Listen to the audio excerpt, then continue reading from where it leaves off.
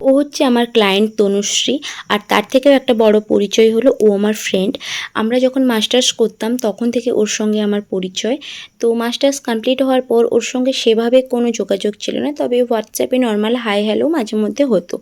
তো ও একদিন আমাকে বলেছিল যে তোমার কাছে আমার সাজার খুব ইচ্ছে। তো আমি ওকে ইয়ার্কি মেরে বলেছিলাম হ্যাঁ হ্যাঁ বিয়েতে তুমি সেজো। তো আমি তখন অ্যাকচুয়ালি ভাবিনি যে ও এই কথাটা সিরিয়াসলি বলছে, কারণ এরকম অনেক সো কল্ড ফ্রেন্ড আমার রয়েছে যারা আমাকে এই ধরনের কথাগুলো আগে অনেক বলেছে যখন প্রথম আমি এই প্রফেশনে আসি। তার কারণটা ছিল এই কথাটা বলে তারা আমার থেকে বিভিন্ন লিপ শেড বা ফাউন্ডেশন শেড বা বিভিন্ন প্রোডাক্ট সম্পর্কে জানার জন্য যেটা তারা ইউজ করবে তো হাতে রাখার চেষ্টা করতো। তো আমি সেই জন্য ব্যাপারটা না সিরিয়াসলি নিইনি। তো তারপরে যখন ওর বিয়ের 1 মাস আগে ওর বিয়ের ডেট ঠিক হয়, ও আমাকে ফোন করে।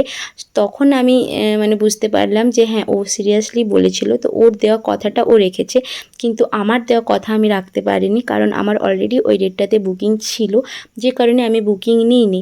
তো ও আমাকে জোর করেনি একবারও, ও বলেছে যে ঠিক আছে এটাতে তোমার প্রফেশন, তো তুমি আমি অন্য কাউকে দেখছি।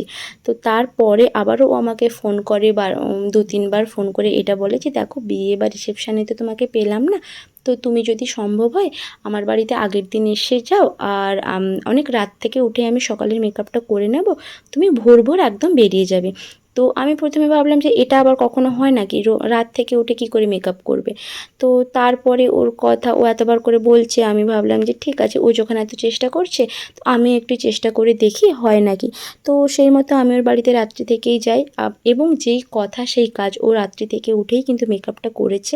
আমি ভোর ভোর ওখান থেকে বেরিয়ে এসেছি। আর সবথেকে বড় ব্যাপার, ওর বাড়িতে গিয়ে সেদিন মানে সবাই খুব আমার খেয়াল রেখেছে, কিন্তু আমার দুর্ভাগ্য আমি ওখানে থাকতে পারিনি কাজ থাকার কারণে।